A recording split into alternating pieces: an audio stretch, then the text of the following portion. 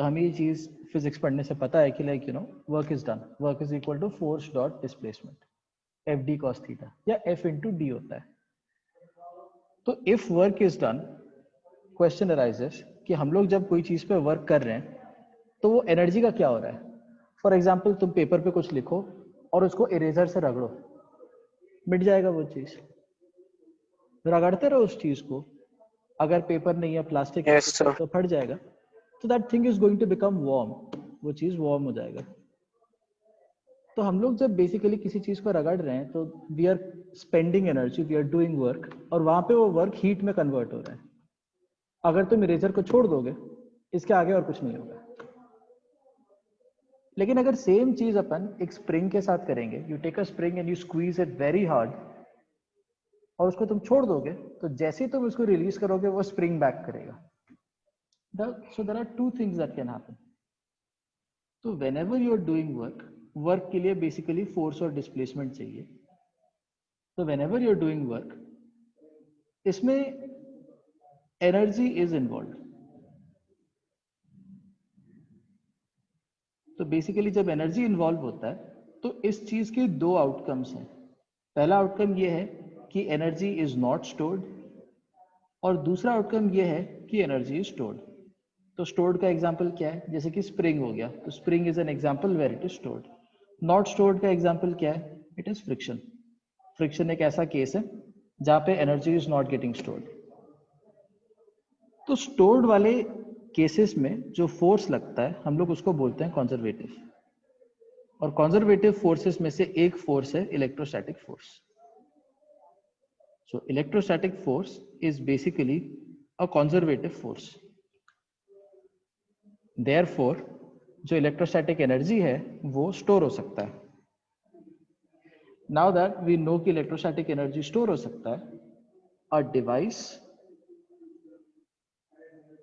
To store electrical energy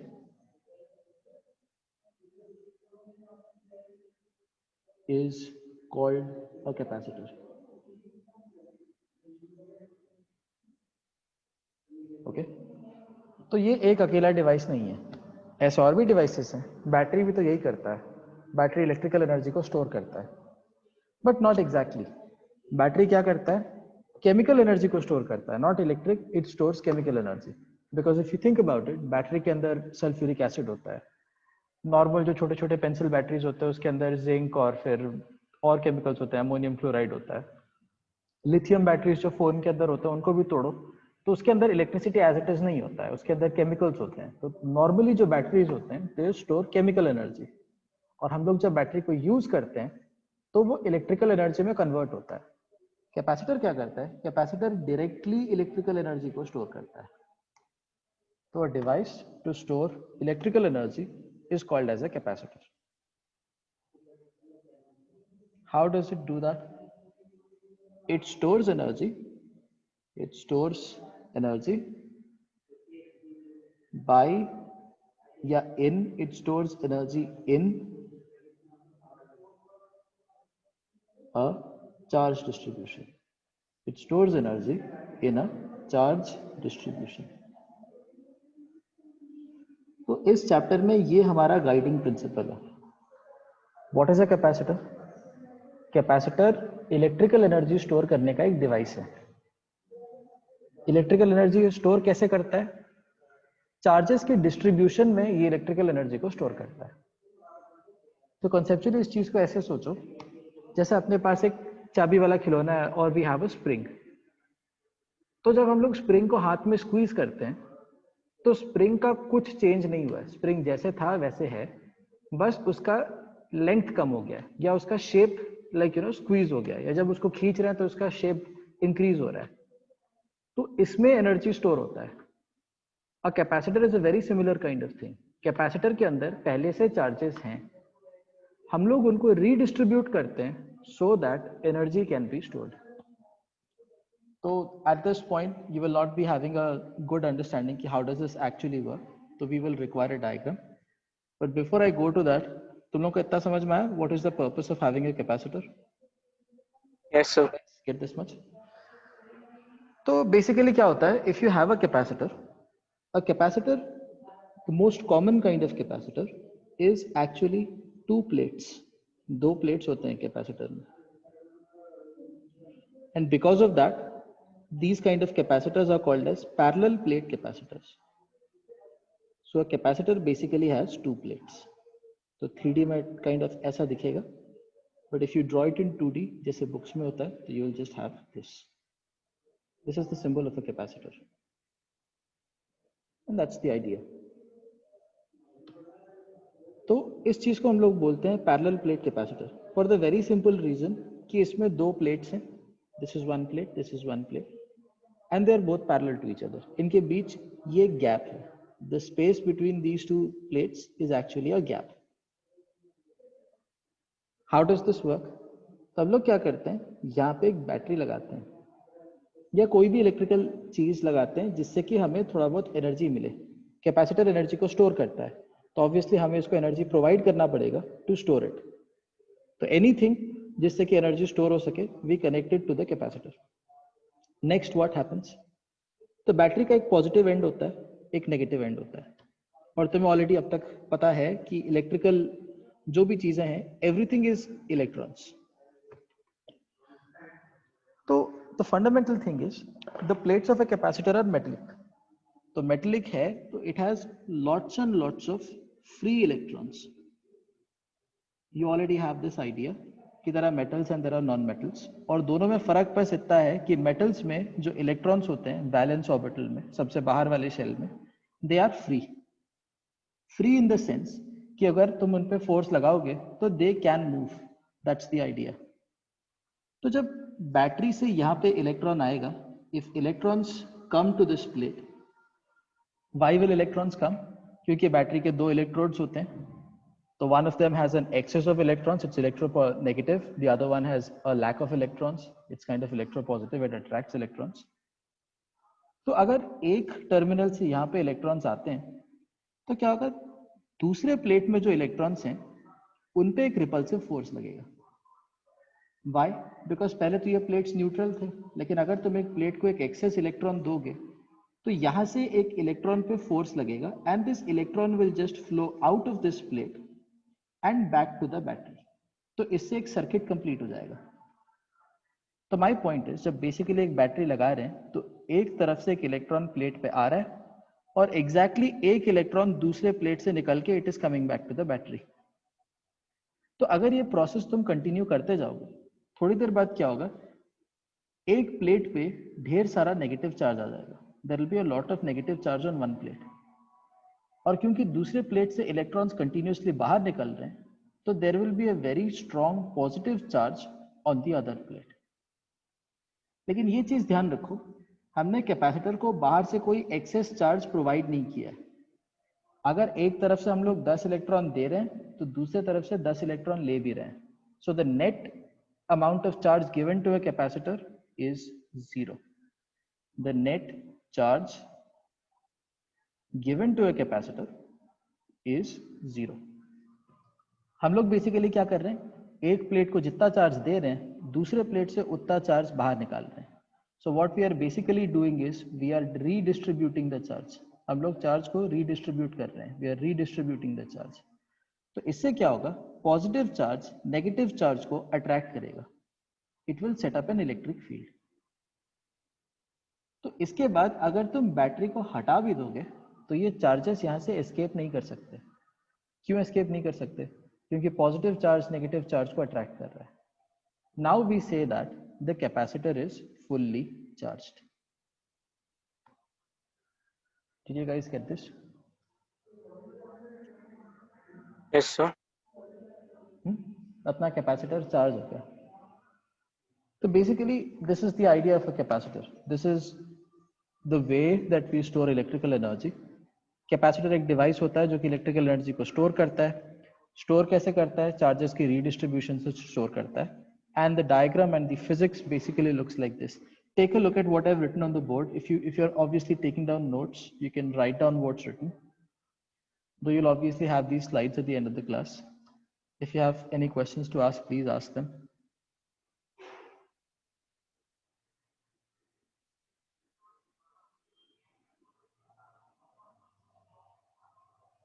कुछ है? None sir. ठीक है, आगे बढ़ते हैं। The next thing is charging of a capacitor.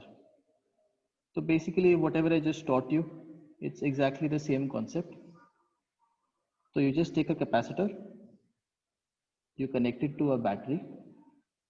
तो लॉजिक बस यही है कि कैपेसिटर इनिशियली खाली है, इट इज एम्प्टी। एम्प्टी मतलब दोनों प्लेट्स न्यूट्रल है, दोनों में से कोई भी नेगेटिव नहीं है, कोई भी पॉजिटिव नहीं है, दे आर बोथ न्यूट्रल। तो अगर तुम एक प्लेट को कंटिन्यूसली नेगेटिव चार्ज देते जाओगे तो दूसरे प्लेट से इलेक्ट्रॉन्स विल स्टार्ट एस्केपिंग। तो इससे क्या होगा, ये दूसरा वाला प्लेट जो है ये पॉजिटिवली चार्ज हो जाएगा and your capacitor is going to become fully charged. अगर ये चार्जिंग है तो फिर डिस्चार्जिंग कैसे काम करता है? तुम एक प्रॉपरली चार्ज कैपेसिटर को लो, you take a properly charge capacitor, और इसके साथ कोई भी चीज लगा दो जो कि इलेक्ट्रिसिटी को कंज्यूम करता है। तो I have basically drawn a bulb over here. कोई भी चीज लगाओ जो कि इलेक्ट्रिसिटी को कंज्यूम करता है। These lines they represent wires. Wire क्या होता है? कंडक्टर होता है। कंडक्टर मतलब जिसमें चार्ज आराम से फ्लो कर सके। तो notice that the plus charge likes the minus charge, ये उस पर एक फोर्स लगा रहा है। अगर इसको एक रास्ता मिला फ्लो करने के लिए तो माइनस चार्ज इस रास्ते के थ्रू फ्लो करके प्लस चार्ज के पास पहुंच जाएगा। तो when it is doing that, because of all the electrostatic force, इसके पास जितना भी एनर्जी है वो इस बल्ब में आएगा and the bulb is going to start glowing. तो बैटरी से जितना एनर्जी कैपेसिटर में गया था, अब उतना एनर्जी बल्ब को ग्लो कराएगा। So this thing is called as discharging. This idea is charging, and if you connect something like a bulb या रेजिस्टर या हीटर या मोटर कुछ भी लगाओगे या इवन दोनों टर्मिनल्स को हाथ से जोड़ दोगे तो there will be a spark, जैसे कि फैन के कैपेसिटर में होता है। तुम उसको प्लग में लगाओ, निकाल के हाथ में उसको टच करो तो it will like it will cause a spark. This is charging, this is discharging.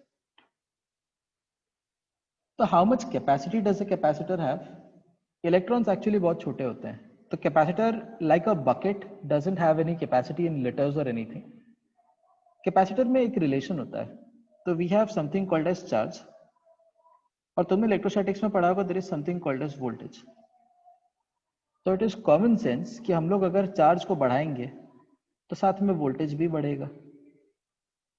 तो capacitance is defined as the ratio of charge to voltage. This is called as capacitance. The ratio of charge to voltage is called as capacitance. So C is equal to Q divided by V. Charge को अगर तुम बढ़ाओगे voltage भी बढ़ेगा। तो एक object का जो capacitance होता है it is a constant. The amount of charge is not limited, infinity amount of charge तुम स्टोर कर सकते हो, जीरो तो ऑब्वियसली स्टोर कर सकते हो। तो जितना ज्यादा तुम चार्ज बढ़ाते जाओगे उतना ज्यादा उसका वोल्टेज बढ़ता जाएगा, या एक्चुअली प्रैक्टिकली तुम जितना उसका वोल्टेज बढ़ाओगे उतना सारा चार्ज उसमें स्टोर हो रहा है, और जैसे ही तुम उसको बल्ब में लगाओगे, मोटर में लगाओगे, तो वो सारा का सारा चीज डिस्चार्ज हो जाएगा।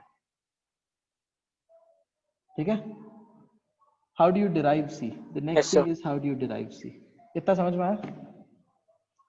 एक दो basic yes sir. Numericals try करो।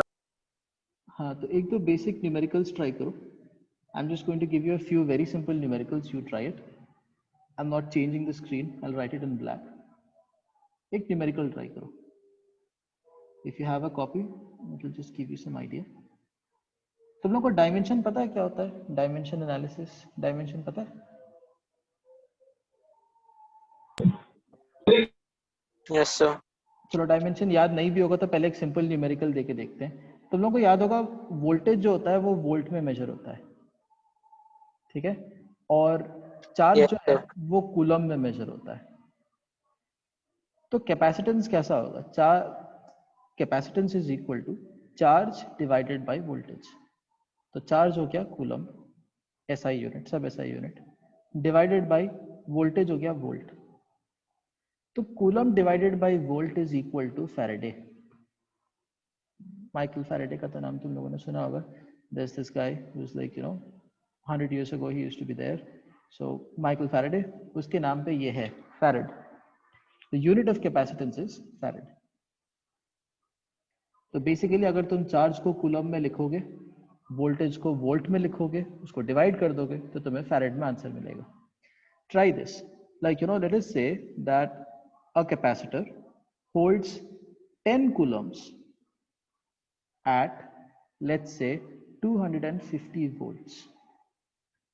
What is its capacitance? इसका capacitance क्या है? Capacitor holds 10 coulombs at 250 volts. C मतलब capacitor नहीं, C मतलब coulomb. और 250 volt. A capacitor holds 10 coulombs at 250 volts. 1 by 25. Right. 1 by 25 या 0.0. 0.04. Right. तो कैपेसिटेंस हो जाएगा 10 coulombs डिवाइडेड बाय 250. तो ये हो जाएगा basically 0.04 farad. Simple, straightforward question. Not pretty hard. Try another one. अपन आगे चल के सर्किट्स पढ़ेंगे, but right now you can just try a basic question. अपने पास एक कैपेसिटर है जिसका चार्ज इज 100 वोल्ट्स और उसका कैपेसिटेंस इज 7 फैराड. तो it is very easy to understand कि इसका जो चार्ज होगा 700 आएगा. Not a problem. तो अपन क्या कर रहे हैं, इसके साथ एक और कैपेसिटर जोड़ रहे हैं जिसका कैपेसिटेंस है 14. ठीक है. Don't worry about what is going to happen. So basically after some time इसके पास जितना चार्ज है ये दोनों में शेयर हो जाता है. It's a problem, so just listen to the problem statement before you actually try it. इसके पास जो चार्ज है ये दोनों में शेयर हो जाता है. There is a capacitor A and there is a capacitor B. B is initially empty and A has a voltage of 100 volts. जब इन दोनों को हम लोग कनेक्ट कर रहे हैं तो ये चार्ज शेयर हो रहा है और इवेंचुअली दोनों का पोटेंशियल V हो जाता है. Can you find V? If charge is shared. अगर चार्ज शेयर हो रहा है, can you find the value of V? थोड़ा सोचो और ट्राई करो. हमारे पास दो कैपेसिटर्स हैं, एक 7 फैराड का है, दूसरा 14 फैराड का है. एक कैपेसिटर चार्ज्ड है 100 वोल्ट्स और दूसरा कैपेसिटर खाली है. हमने दोनों को ज्वाइन कर दिया तो इससे क्या होगा, चार्ज शेयर हो जाएगा. और चार्ज शेयर होने के बाद मैं बोल रहा हूं कि दोनों का वोल्टेज सेम आता है. क्यों आता है वो छोड़ दो, दोनों का वोल्टेज सेम आता है. तो वो वोल्टेज कितना है? What is that voltage?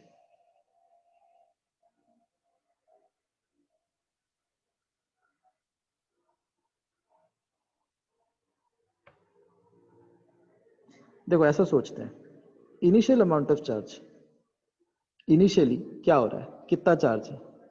तो चार्ज तुम लोगों को पता है Q is equal to CV होगा. कैसे? C is equal to Q divided by V. तो अगर तुम Yes, Q sir. लिखोगे तो Q will be equal to CV. V ऊपर चला जाएगा तो Q will be equal to CV. तो इनिशियली जो अपने पास चार्ज होगा it will be equal to 7 farad into 100 volts. तो उसका वैल्यू हो जाएगा 700 कूलम्स. अब ये चार्ज शेयर होने वाला है तो हो सकता है शेयर इक्वली हो जाए. चार्ज कैसे भी शेयर हो सकता है. क्वेश्चन बोल रहा है लेकिन दोनों का वोल्टेज सेम आ रहा है. तो फाइनली अगर तुम ये चीज लिखोगे तो फाइनली ऊपर वाले का भी वोल्टेज V है, नीचे वाले का भी वोल्टेज V है. तो ऊपर वाले के पास चार्ज कितना है? 7V. नीचे वाले के पास चार्ज कितना होगा? 14V. The charge would be 14V. Total कितना आएगा? 21V. तुम लोगों ने इलेक्ट्रोस्टैटिक्स में पढ़ा है, Yes, sir. Charge can not be destroyed. Charge can not be destroyed मतलब पहले जितना चार्ज था अभी भी उतना ही चार्ज है. तो पहले था 700 और अभी है 21V. मतलब v का वैल्यू 700/21, 100/3।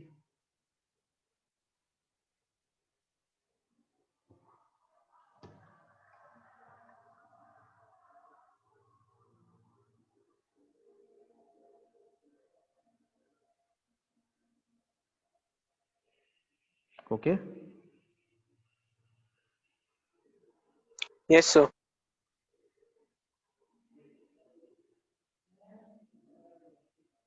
एक और खुद से ट्राई करो। Try a very simple one.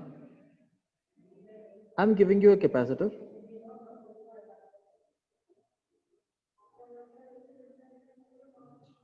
जिसका कैपेसिटेंस मान लेते हैं 15 फैरेड है, 15F। अगर इसमें मेरे को 600 कूलम्ब चार्ज स्टोर करना है, if charge is equal to 600 coulombs, तो वोल्टेज कितना होना चाहिए? 600 upon 15. 40। Yes, 600 sir. अपॉन 50 40 होना चाहिए, क्योंकि Q is equal to CV या C is equal to Q by V। Basically C is equal to Q divided by V। तो Q is equal to 600, C is equal to 15, तो V का value हो जाएगा 600 divided by 15, 40। चलो ठीक है। अब इस क्वेश्चन को थोड़ा सा चेंज करते हैं। मैंने इन प्लेट्स का डिस्टेंस थोड़ा सा चेंज किया। I bring them closer together. तो जिससे क्या होता है, ये जो 15 फैरेड का कैपेसिटेंस था, we will study about this, ये कैसे होता है। This increases to 30 farad. What is the new voltage? 20। 600 upon 30. 20, Yes, sir. Right, it's 20। तो बेसिकली तुम लोगों को मेरे को यही चीज सिखाना था कि C is equal to Q by V होता है, जो कि इस चैप्टर का सबसे पहला फॉर्मूला है। This is the first formula in this chapter. C is equal to Q by V। अगर हमें चार्ज पता है, अगर हमें वोल्टेज पता है, तो हम उससे कैपेसिटेंस निकाल सकते हैं। अगर हमें कैपेसिटेंस पता है, वोल्टेज पता है, तो उससे हम लोग चार्ज को डिराइव कर सकते हैं। Basically C is equal to Q by V तीनों चीजों को रिलेट करता है। Fine. Yes, sir. Next thing is parallel plate capacitor क्या होता है और उसके फॉर्मूलाज क्या क्या हैं। What is a parallel plate capacitor? We just studied how does it look like. Now we are going to study the details of it. Parallel plate capacitor. So basically any capacitor with two flat metal plates is called as a parallel plate capacitor. Anything with two flat metal plates is called as a parallel plate capacitor. मान लेते हैं एक plate का area A है और इनके बीच का जो डिस्टेंस है वो D है। तो पैरेलल प्लेट का रिक्वायरमेंट यही है कि दूसरे प्लेट का भी एरिया A होना चाहिए। They should be the same kind of plate. अगर तुम एक प्लेट को Q चार्ज दोगे तो बेसिकली क्या होगा, दूसरे प्लेट को माइनस Q मिलेगा। मैंने ये चीज अभी समझाया था। इन अ Yes, sir. Capacitor opposite plates have opposite charge. वो लोग एक दूसरे को अट्रैक्ट करते हैं, इससे कैपेसिटर में चार्ज स्टोर होता है। That is the fundamental idea. थोड़ी देर पहले मैं यही बता रहा, जब तुम बैटरी लगाओगे तो एक को नेगेटिव मिलेगा, दूसरे को पॉजिटिव मिलेगा। बैटरी हटाने के बाद भी प्लस और माइनस एक दूसरे को अट्रैक्ट करते रहते हैं, जिससे कैपेसिटर चार्ज होते रहता है। तो एक प्लेट के पास प्लस Q है, दूसरे प्लेट के पास माइनस Q है। तो जब चार्जेस हैं तो क्या होगा, यहाँ पे एक इलेक्ट्रिक फील्ड क्रिएट होगा। There will be an electric field. Electric field कितना होता है, एक फ्लैट प्लेट का इलेक्ट्रिक फील्ड कितना होता है? Do you have any idea? Sigma by 2 epsilon 0 Yes, sir. है ना, सिग्मा बाई 2 एप्सिलॉन 0 होता है। तो अपने पास जो पॉजिटिव प्लेट है उसका इलेक्ट्रिक फील्ड दोनों तरफ रहेगा। इलेक्ट्रिक फील्ड बेसिकली हर जगह होता है, हर जगह होने का property is called as field. Field is present everywhere. तो इसका जो इलेक्ट्रिक फील्ड है वो दोनों तरफ रहेगा and it is equal to sigma by 2 epsilon 0। जो अपना नेगेटिव प्लेट है, नेगेटिव प्लेट का भी अपना फील्ड होगा। तो नेगेटिव प्लेट का field is towards the charge, तो इसका फील्ड ऐसा होगा, टुवर्ड्स द चार्ज। और ये यहाँ पे नहीं, पूरा इन्फिनिटी तक एक्सटेंड करता है। फील्ड मतलब everywhere. So basically this field goes all the way to infinity. So ये अपना नेगेटिव प्लेट का फील्ड हो गया। what I'm drawing. तो if you notice carefully, in lines को अगर हम लोग थोड़ा सा एक्सटेंड कर दें, if you notice carefully, you will see that एक रीजन में ये फील्ड्स एक दूसरे को अपोज करते हैं और एक रीजन में दोनों एक दूसरे को सपोर्ट करते हैं. For example, outside the capacitor, there are too many lines right now on the diagram, so it's pretty dirty. But anyway, यहाँ पे तुम अगर नोटिस करो, इसके बाहर अगर तुम नोटिस करोगे, तो ये जितने भी फील्ड लाइंस हैं, they are opposing each other. यहाँ पे the lines are opposite to each other, यहाँ पे the lines are opposite to each other. तो everywhere outside the lines are opposite to each other, मतलब बेसिकली एक दूसरे को कैंसिल करते हैं. तो इसके बाहर जो है, the electric field is zero. Why is it zero? Because of cancelling. Even here, यहाँ पे भी इलेक्ट्रिक फील्ड जीरो है. Why? Because the fields are just cancelling each other out. लेकिन अगर तुम अंदर नोटिस करोगे तो फील्ड्स का जो डायरेक्शन है वो सेम है. तो ये लोग एक दूसरे को सपोर्ट करते हैं, और सपोर्ट करते हैं मतलब उनका वैल्यू ऐड हो जाता है. तो एक फील्ड का वैल्यू कितना है, sigma by two epsilon zero. दूसरे फील्ड का वैल्यू कितना है, वो भी वही है, sigma by two epsilon zero. So when you have both of the fields inside, the net value is equal to sigma by epsilon zero. Why? Because they add up. The fields add up. तो capacitor के अंदर जो electric field है, it is equal to sigma by epsilon zero. जब field है तो obviously वहां पे पोटेंशियल भी होगा. Whenever you have field, you will also have potential. If you remember, potential is equal to field into distance, minus sign के साथ, but we don't require the minus sign. Potential जो होता है, it is field into distance. अपना field कितना आया, sigma by epsilon zero. Plates के बीच में डिस्टेंस हम लोगों ने डी लिया है, तो वो आएगा डी. तो ये हो गया अपना पोटेंशियल. हमने डिफाइन क्या किया, capacitance is equal to Q divided by V. अब सब कुछ एक साथ रखते हैं. What is sigma? Charge density, मतलब चार्ज पर यूनिट एरिया. तो वो हो जाएगा क्यू, हमने यहाँ पे वैल्यू लिया है Q, divided by area is a. तो क्यू को एज इट इज क्यू रखो, कीप इट एज क्यू. और नीचे जो v आएगा वो हो जाएगा sigma D divided by epsilon zero. Sigma को क्या करना, q बाय ए सब्स्टिट्यूट कर देना. तो q divided by q by A, d divided by epsilon zero. तो बेसिकली q और q कैंसिल हो जाएगा. तो कैपेसिटेंस का वैल्यू आएगा epsilon zero a by d. This is the capacitance of a parallel plate capacitor.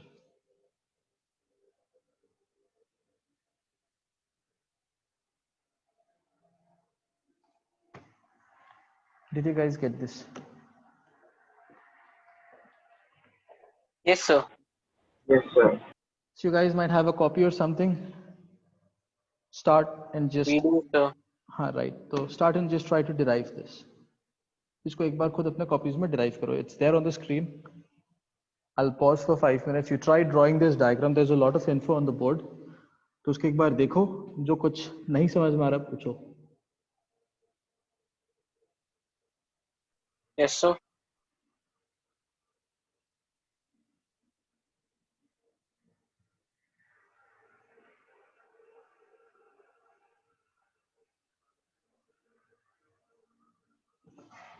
तुम लोगों को फील्ड ड्रॉ करते बनेगा कि ये एक बार देखो कॉपी में दो पैरेलल लाइंस बनाओ, है ना. Plates, draw the two plates that I have drawn over here. ये एक प्लेट है, ये एक और प्लेट है.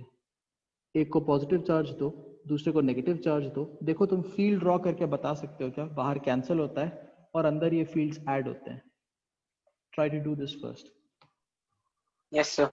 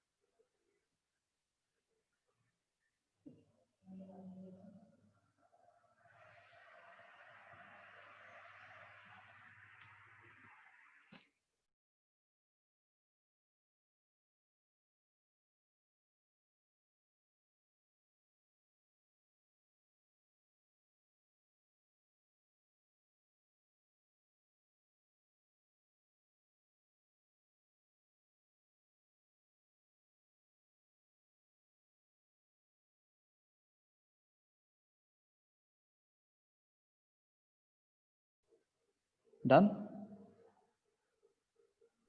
Yes, sir. Are you guys done?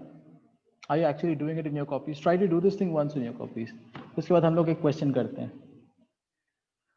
Chapter का सबसे पहला चीज है C is equal to Q by V, like I just told you before. इस वाले स्लाइड में मैंने बताया ये पहला फॉर्मूला है. This is the second one. C is equal to epsilon 0 A by D. ये बहुत काम आता है. And then we can start doing a few problems. What book do you guys have? तुम लोग के पास कौन सा बुक है? Do you have H.C. HCV? Verma. है? सबके पास HCV वर्मा है? Yes, sir. ठीक है. The next time if we have a class, I'll keep that in mind कि तुम लोगों के पास HCV है. So, fine. Today I have problems of my own. In the next class, please have your HCVs with you during the class so that we can solve from there directly. So we do have them right now as well. हाँ, तुम लोगों के पास है, मेरे पास यहाँ पे खुला हुआ नहीं है, वरना मैं वहीं से बता देता. क्वेश्चन नंबर 1 ट्राई करते हैं करके. Okay. चलो आज के लिए मैं तुम्हें प्रॉब्लम्स खुद से दे रहा हूँ. Next class will have HCV with both of us. Have you Sir, do you done this think thing? HCV is enough? नहीं, अभी HCV से नहीं कर रहे हैं क्योंकि मेरे पास यहाँ पे HCV खुला हुआ नहीं है. Next class I'll just have it. No, I'm asking, do you think HCV is enough for like JE? It's a very good starting book for JEE. मतलब अगर किसी को HCV के सारे प्रॉब्लम्स आते हैं, मतलब उसको फिजिक्स आता है. It's not enough, but it's a good starting point. Okay, in the long run, like जब तुम JEE के लिए कर रहे हो तो practice is very important. HCV में उतने प्रॉब्लम्स हैं नहीं, तो कायदे से अगर तुमने HCV एक बार कर लिया और सारे प्रॉब्लम्स आ गए, मतलब तुम्हें सारे कॉन्सेप्ट्स पता है, but you need to actually go and solve a few test papers to get confident. Okay. Okay, got my point. So let's Yes, do a sir. very simple problem. पढ़ लो, मतलब मैं question को dictate कर रहा हूँ, सुनो या लिख लो इंपॉर्टेंट वैल्यूज को. A capacitor has a capacitance of 1 farad. It's a parallel plate capacitor. Okay. So a parallel plate capacitor has a capacitance of 1 farad. The separation between the plates is 1 millimeter. A capacitor has a capacitance of 1 farad and the separation between the plates is 1 millimeter. Okay. Okay. So what is the area of each plate? Yes, sir. What is the area of each plate? Okay. तो capacitor का capacitance 1 farad है, distance 1 millimetre है, तो एक plate का area कितना होगा? तुम्हें इसके लिए एप्सिलॉन का वैल्यू चाहिए. आई एम एक्सपेक्टिंग कि you will know the value. Yes, sir. 8.85 into 10 to the power कितना होता है? Minus 8. ओके, फाइन, करो, सॉल्व करो.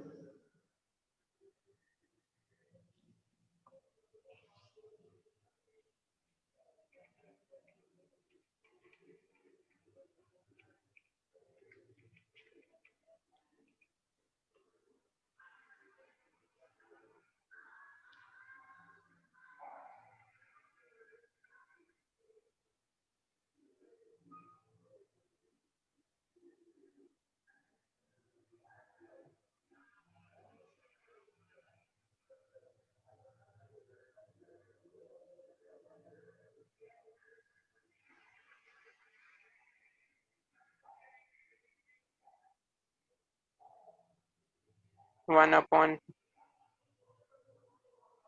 8.85. सबसे पहला चीज है 10 to the power minus 12 होता है. तो बेसिकली क्या Yes. करना है? C is equal to epsilon 0 A by D करना है. It's a very simple question. तो इसमें एक्चुअली एप्सिलॉन का वैल्यू रिक्वायर्ड नहीं है, तो A का वैल्यू आएगा C into D divided by epsilon 0. तब अगर एप्सिलॉन का वैल्यू पता है, वेरी गुड. अगर नहीं भी पता है तो क्या कर सकते हैं? 4 पाई एप्सिलॉन 0 कर सकते हैं और ऊपर 4 पाई मल्टीप्लाई कर लेंगे. तो हमें ऑलरेडी पता है फ्रॉम डूइंग इलेक्ट्रोस्टैटिक्स प्रॉब्लम्स कि 1/4 पाई एप्सिलॉन 0 जो होता है 9 इंटू 10 टू दी पावर 9 होता है.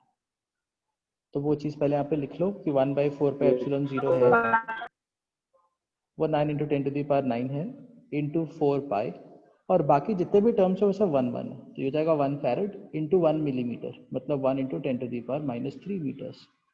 तो बेसिकली अपना आंसर आएगा 36 pi into 10 to the power 9 minus 3 मतलब 6। पाई का वैल्यू 3.14 होता है, तो ये 1.1 के आसपास कुछ आएगा into 10 to the power 8 metre square. Simple question. Yes, sir. Okay, एक और ट्राई करते हैं। A parallel plate capacitor, a parallel plate capacitor of plate area 40 centimeter square.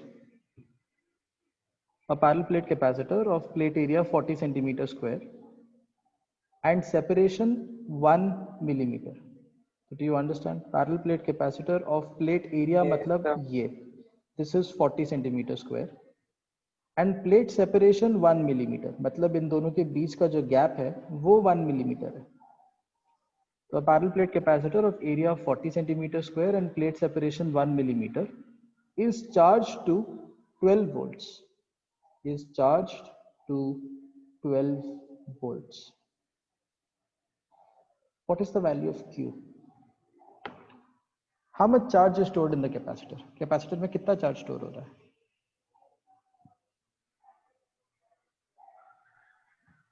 Okay.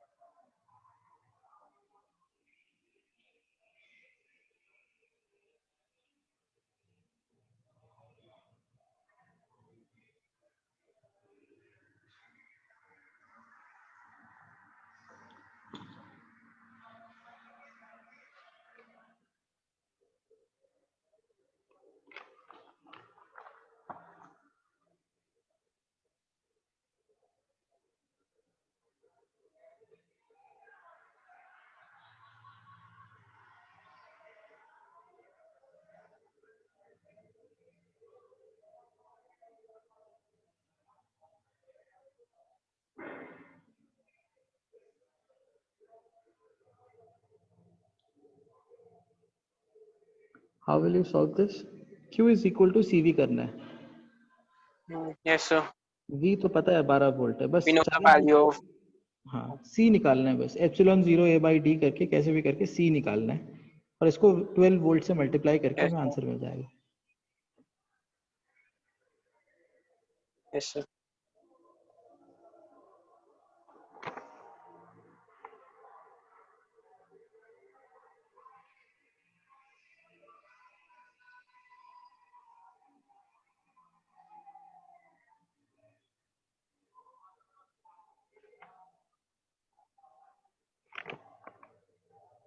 So 424.8 nanometer. Coulombs. 424.8 into 10 cube minus 9. Yeah, हाँ, coulomb. coulombs, right. तो basically just put the values, इसमें जो भी है वैल्यूज को substitute कर दो। Q is equal to epsilon मतलब 8.85 into 10 to the power minus 12 multiplied by area 40 centimetre square. Centimetre मतलब 10 टू द पावर माइनस 2 होता है, तो ये हो जाएगा 10 टू द पावर माइनस 4। ठीक है, 40 centimetre square divided by the distance between the plates is 1 millimetre, तो ये हो जाएगा 10 to the power minus 3 multiplied by 12। Now you guys know exactly how to multiply, हो जाएगा ये चीज सॉल्व। तो कुछ like he said 400 and something nano coulombs है। Done. Next problem, try another one। 10 to the power 12 electrons, 10 to the power 12 electrons are transferred from one plate to another plate। 10 to the power 12 electrons are transferred from one plate to the other plate। एक plate से दूसरे plate तक 10 to the power 12 electrons हम लोग transfer कर रहे हैं, तो एक प्लेट पॉजिटिव हो जाएगा, दूसरा प्लेट नेगेटिव हो जाएगा। As a result a potential difference of 10 volts is created। As a result a potential difference of 10 volts is created।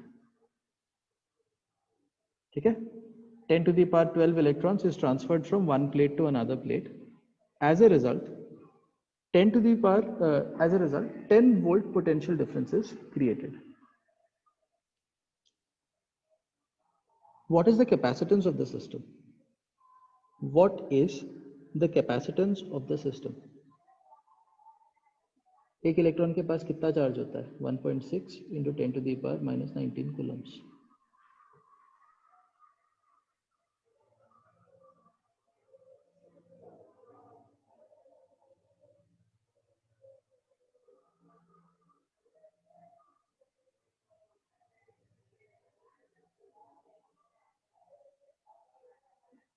तुम्हें ये बताना है what is the capacitance of the system.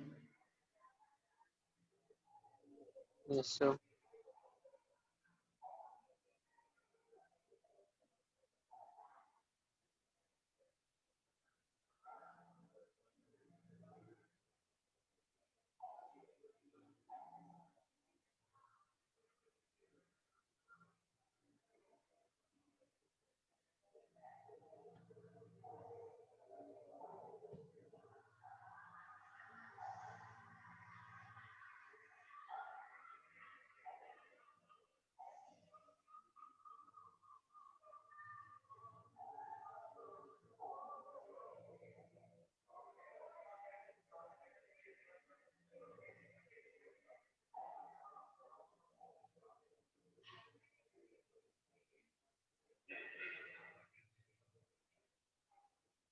Done.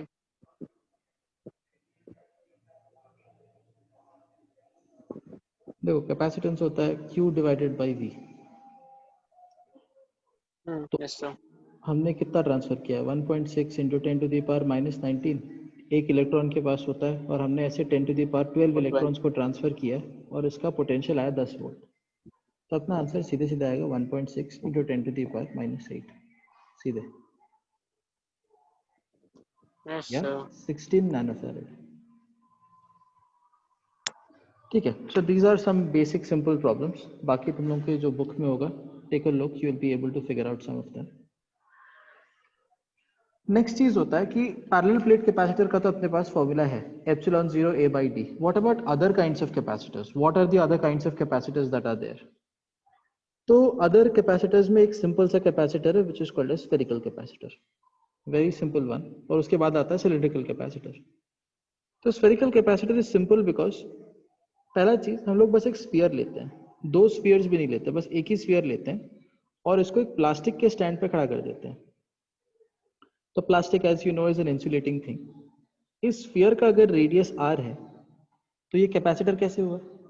तो इसको अगर तुम पॉजिटिव चार्ज लाके दोगे कहीं से या इसको नेगेटिव चार्ज तुम कहीं से लाके दोगे तो ये पॉजिटिवली चार्ज या नेगेटिवली चार्ज हो जाएगा. और जहां से लाके इसको तुम दे रहे हो which we call the surroundings, जो भी इसका सराउंडिंग्स है वो नेगेटिवली चार्ज होगा. तो बेसिकली कोई गारंटी नहीं है सराउंडिंग कितना दूर है. So we say that the surrounding is infinitely far away. तो ऐसे सिस्टम का हम लोग कैपेसिटेंस मेजर कैसे करते हैं? तो सराउंडिंग बहुत दूर होगा तो सराउंडिंग को हम लोग ऑल टुगेदर कंसिडर ही नहीं करते. फॉर द सिंपल रीजन कि we already know how to find out the electric field of a single sphere जिसपे चार्ज है. So the electric field lines are basically straight. मैं इसको भले सेंटर से ड्रॉ कर रहा हूँ, स्फीयर के अंदर इलेक्ट्रिक फील्ड लाइंस नहीं होते हैं because it's a conducting sphere. There is no electric field inside. The electric field is only outside. और हमें इस इलेक्ट्रिक फील्ड के बारे में पता है, इसका सराउंडिंग से कोई लेना देना नहीं है. So we don't talk about the surroundings all together. Capacitance निकालने के लिए हमें दो चीज चाहिए, Q और V. तो अगर तुम इसको Q चार्ज दोगे, can you find out the potential? Potential होता है 1/4 पाई एप्सिलॉन 0, जिसको कभी कभार लोग K भी लिखते हैं, Q divided by R for a sphere. This is the potential of a sphere. तो अगर इस चीज को हम लोग यहाँ पे यूज करेंगे तो ये हो जाएगा Q divided by KQ by R. तो बेसिकली Q कट जाएगा तो ये आएगा R divided by K. This is a formula, C is equal to R divided by K. ये एक फॉर्मूला है. और एक और ऑब्जर्वेशन ये नोटिस करो कि हम लोग जब पहले भी इसको सॉल्व कर रहे थे तो जो सिग्मा वाला पार्ट था उसमें Q आया और Q वहां पे फिर कैंसिल हो गया. तो capacitance doesn't depend on charge. Capacitance doesn't depend on charge. Actually उल्टा होता है, चार्ज डिपेंड्स ऑन कैपेसिटेंस। तो जितना ज़्यादा कैपेसिटेंस होगा एक पोटेंशियल में, उतना सारा चार्ज तुम स्टोर कर सकते हो। तो फॉर्मूला देख के ऐसा लगता है कि capacitance will depend on charge, नहीं, actually charge depends on capacitance. This is the more theoretically correct formula. Anyway, एक स्फीयर का जो कैपेसिटेंस होता है it is equal to R divided by के।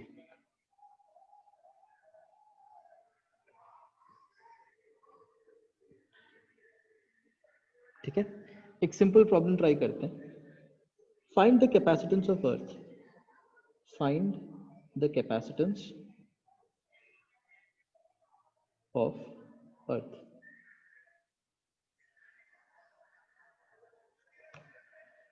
तो अर्थ का कैपेसिटेंस कोई कैसे निकाल सकता है? अर्थ का रेडियस कितना होता है? The radius of the earth is around 6400 kilometres. ये अर्थ का रेडियस है, which is obviously very large. तो कैपेसिटेंस अगर तुम्हें निकालना है, because it is a sphere, हम लोग यहाँ पे एप्सिलॉन 0 a बाई डी नहीं लगाएंगे। क्यों? क्योंकि ये पैरेलल प्लेट कैपेसिटर नहीं है। उसका लॉजिक थोड़ा सा अलग है, इसका लॉजिक थोड़ा सा अलग है दोनों सेम Yes, चीज, sir. They both store charge.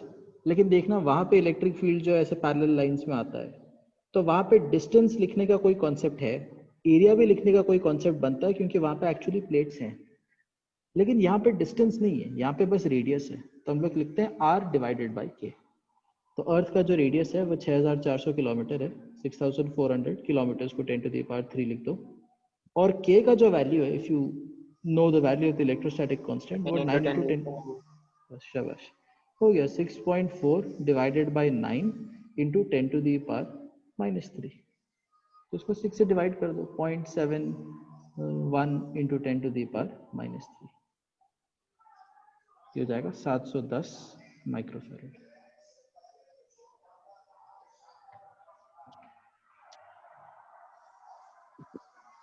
Yes, sir. तो कुछ बुक्स में यहाँ पे एक स्पेशल चीज ये लोग दे पॉइंट आउट कि देखो अर्थ कितना बड़ा होता है, और इतने बड़े से स्फीयर का भी कैपेसिटेंस कितना है, कितना छोटा है, इट इज इन माइक्रोफैरड। तो farad is a large unit of capacitance, it is a very large unit of capacitance. इसको बोलने का एक्चुअली कोई मतलब नहीं है, because we are actually never going to build capacitors ourselves, but just to give it an idea, जैसे कि KG एक नॉर्मल यूनिट होता है, 2 kg potato make sense, but then talking about 2 tons is a huge amount of mass. तो उस sense में अगर कोई समझना चाहता है, तो फैरड एक टन जैसा unit, it's a very very large amount of capacitance. Normally जो कैपेसिटर्स होते हैं वो माइक्रोफैरड या नैनोफैरड रेंज में होते हैं, जो कि सर्किट्स में लगते हैं। So that's an observation to make. ये अपने चैप्टर का थर्ड फॉर्मूला है, C is equal to R divided by K, the capacitance of a spherical capacitor. So everyone got this? Yes, sir. Yes, sir. ठीक है, आगे बढ़ते हैं।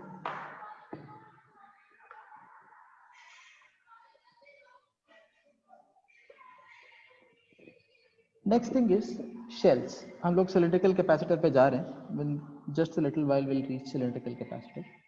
The next kind of capacitor is shell capacitor. इसमें क्या होता है, बॉल के अंदर बॉल, तो देर आर 2 concentric spheres।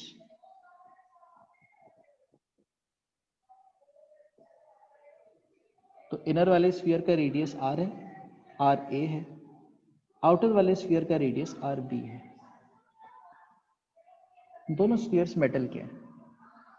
तो यहाँ पे क्या होगा, जो इलेक्ट्रिक फील्ड है वो बस दोनों स्फीयर्स के बीच में लाई करता है, और कहीं पे इलेक्ट्रिक फील्ड नहीं होता। Think about parallel plate capacitor, it's very similar to that. यहाँ पे दो प्लेट्स हैं, देयर आर 2 concentric spheres। तो एक पॉजिटिवली चार्ज है, एक नेगेटिवली चार्ज है, और इलेक्ट्रिक फील्ड एक प्लेट से दूसरे प्लेट तक पॉइंट कर रहा है। तो एक प्लेट के पास चार्ज Q है, तो दूसरे प्लेट के पास चार्ज -Q है। तो जब एक प्लेट का पोटेंशियल होता है KQ डिवाइडेड बाई R, तो दोनों प्लेट्स के बीच का पोटेंशियल कितना होगा, KQ divided by RA minus KQ divided by RB, मतलब -1 divided by RB। This is the potential difference. Yes, sir. तुम लोगों ने इलेक्ट्रोस्टैटिक्स चैप्टर में इसका डेरिवेशन भी पढ़ा होगा। हम लोग बेसिकली क्या करते हैं, KQ डिवाइडेड बाई R² को इंटीग्रेट करते हैं। फ्रॉम ए टू बी, तो उससे हमें ये फॉर्मूला मिलता है. But never mind, we can just directly start with this formula. तो अगर ये अपना पोटेंशियल डिफरेंस है, हम लोग कैपेसिटेंस कैसे निकालते हैं? C is equal to Q divided by V. बार बार एक ही फॉर्मूला को हम लोग अप्लाई कर रहे हैं, तो हो जाएगा Q divided by K Q into 1 by R A minus 1 by R B. 1 by R A minus 1 by R B. Q कटेगा और फिर अपना आंसर आ जाएगा R A R B divided by R A minus R B into Q. You don't have to remember these formulas, इसीलिए मैं तुम्हें करके दिखा रहा हूँ कि इस चीज़ को सॉल्व कैसे करते हैं. हर प्रॉब्लम में एक कॉमन चीज़ हम लोग करते हैं, इसको पहले एक चार्ज देते हैं, इसका पोटेंशियल निकालते हैं. मेजॉरिटी केसेस में तो हमें पोटेंशियल पता ही होगा क्योंकि अपना इलेक्ट्रोस्टैटिक्स का चैप्टर खत्म हो चुका है. प्रॉब्लम्स अगर 10-15 सॉल्व करेंगे तो मेजॉरिटी केसेस में हमें पता ही होगा कि देख के इसका पोटेंशियल डिफरेंस इतना आना चाहिए.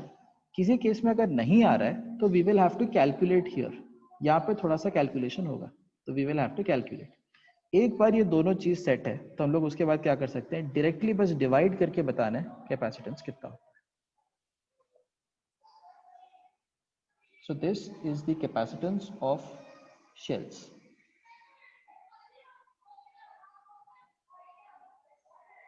या concentric spherical capacitor.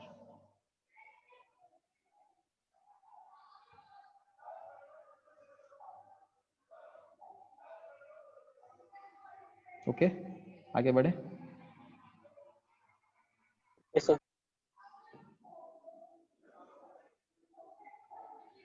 इसके आगे cylindrical capacitor आता है. The next thing is cylindrical capacitor. In cylindrical capacitors we'll obviously have to do some integration and we'll have to find out कि इसका capacitance कितना है. But before we go there, let's just sit down and like solve a couple of more problems again. इसके बाद बस cylindrical capacitor हमें करना है.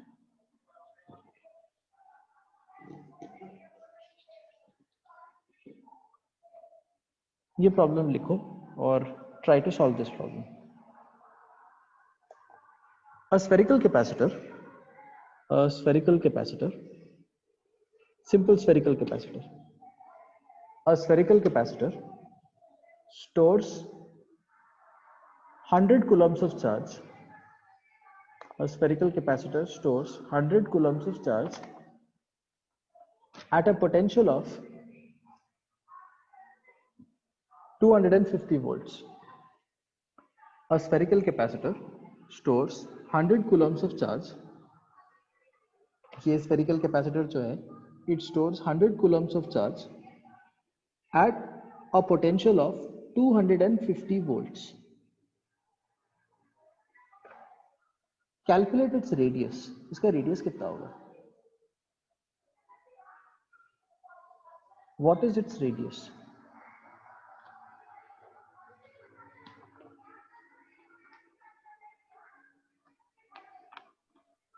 Easy.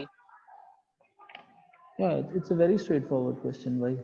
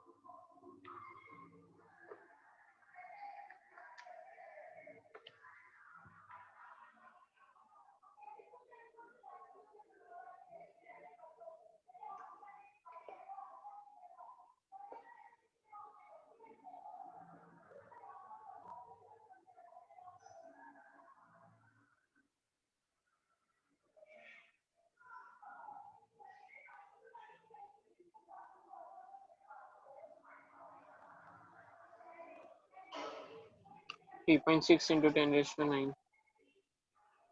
3.6.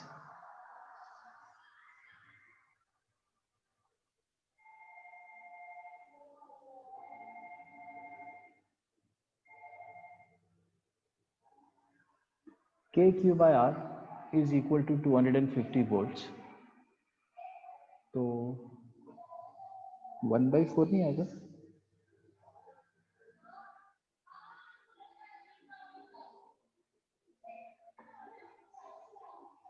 Nine into 10⁻9 into Q divided by R is equal to 250. तो मेरे हिसाब से ये 9/4 आना चाहिए. एक बार देख लो. Is it 9/4?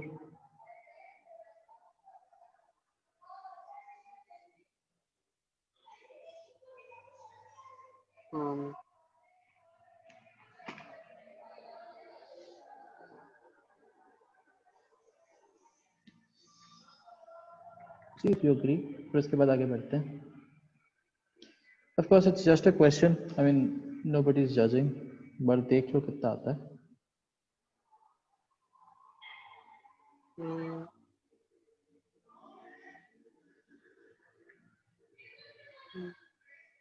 No, I suppose it should be 3.6 only.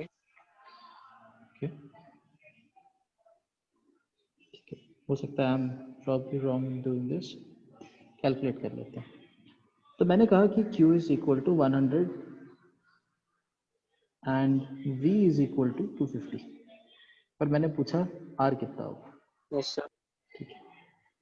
तो बेसिकली V Yes, जो sir. होता है KQ by R होता है. या तो अगर ऐसा नहीं भी करोगे Yes, तो sir. Q is equal to CV होता है. And we just studied C is equal to R by K. तो हम लोग जो V होगा वो अगेन KQ by R आएगा. Same formula, nothing is different. तो K का जो वैल्यू है K is equal to 9 into 10 to the power 9. K is 9 into 10 to the power 9 into Q मतलब into 100 divided by R. 250. तो R और V को अगर हम लोग इंटरचेंज करेंगे तो R will be equal to 9 into 10 to the power 9 into 100 divided by V 250. ठीक है. Yes, sir. तो जीरो कट जाएगा. यू आर राइट, तुम सही बोल रहे हो. तो 25 इंटू 4 100 हो जाएगा. 9 4 36 correct. Into 10 to the power 8. 36 into 10 to the power 8 या 3.6 into 10 to the power 9. Correct. you're absolutely right. ठीक है. Next question. A capacitor. Before we do cylindrical capacitors which has integration, try to solve a few problems. A capacitor has an electric field. A capacitor has an electric field of 10 to the power 5 volt per meter. ये electric field का unit होता है. तो a capacitor has an electric field E of 10 to the power 5 volt per meter between its plates. Capacitor has an electric field of 10 to the power 5 volt per meter between its plates. Yes, sir. If each plate carries a charge of 1 microcoulomb, if each plate carries a charge of 1 microcoulomb, if each plate carries a charge of 1 microcoulomb, Yes, sir. what is the area of the plate?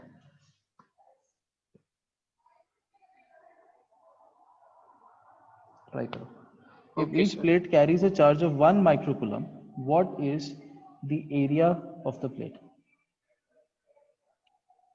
Okay, sir.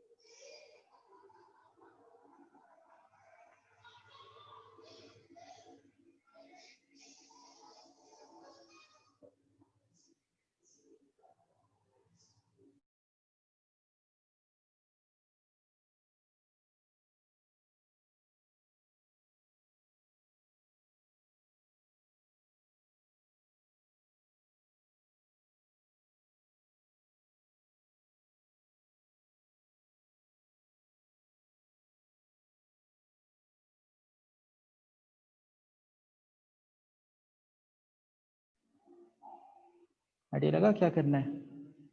Q is equal to CV होता है, Yes, plates sir. मतलब 0.5. Parallel plate capacitor हो गया, तो epsilon 0 A by D into V। अगर you paid some attention तो electric field is equal to potential by distance होता है, या V is equal to E into D. थोड़ी देर पहले जब मैं समझा रहा था, I wrote this thing somewhere that V is equal to E into D. तो Yes, अगर sir. You apply that thing over here, तो ये Q जो है basically Q is equal to epsilon 0 into A into E हो जाएगा। तो Q तो हमें पता है, it stores a charge of 1 microcoulomb. Electric field question ने दिया है, तो हम लोग इससे A निकाल सकते हैं, Yes, sir. है ना? तो area is equal to Q divided by, इसको मैं यहाँ पे लिख रहा हूँ, area is equal to Q divided by E into epsilon 0। Epsilon 0 का तो 8.85 10 टू द पावर -12, ठीक है? तो ये वैल्यू यहाँ पे सब्स्टिट्यूट Yes. करना है, इलेक्ट्रिक फील्ड है चार्ज है। Okay, so nice. One final question. This one, I'm slightly modifying it, but this question came in JEE Advanced 2015 here. मेरे पास ये question यहाँ पे खुला हुआ है. I'm modifying the question and I'm giving it to you. There is basically a big capacitor, बहुत बड़ा सा capacitor है. It's a very big capacitor. इसके दो plates हैं ऐसे. तो basically इसके बीच में distance D है, इसका area A है, so on and so forth. तो it is asking you to find a ratio. Ratio किस चीज़ का निकालना है? अपन इस कैपेसिटर का एक छोटा सा पार्ट लेते हैं, ऐसे इस कैपेसिटर का हम लोग एक छोटा सा टुकड़ा ले रहे हैं। इसका जो एरिया है तुम्हें क्लियरली दिख रहा होगा, इसका एरिया A/4 है, और इसका जो डिस्टेंस है ये D/2 है। तो ऑब्वियसली एडवांस का क्वेश्चन इतना नहीं कि इतना ही है, it is slightly more complicated then this, but I am simplifying the question right now. तो जो बड़ा वाला कैपेसिटर है उसका कैपेसिटेंस है C1, और ये जो छोटा सा कैपेसिटर है इसका कैपेसिटेंस है C2। What is the value of C2 by C1?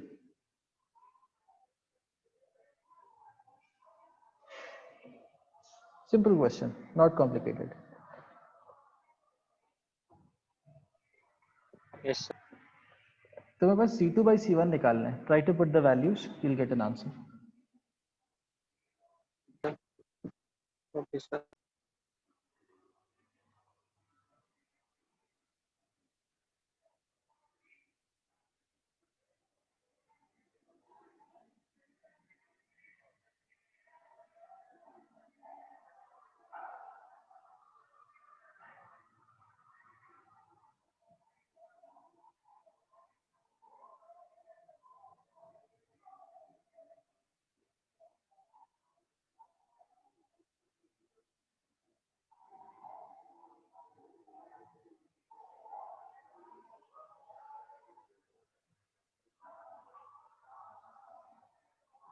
C2 का वैल्यू क्या आएगा? Epsilon 0 A/T।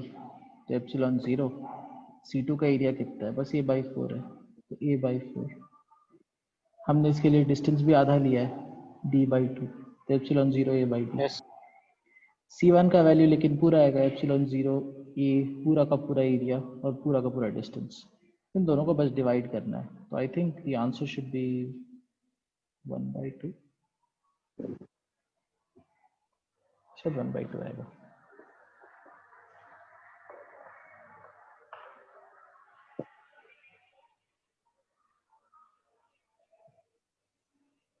Once this is done, let's start with cylindrical capacitors. Sir, if you don't mind, could you tell us the original question? The original portion of this chapter.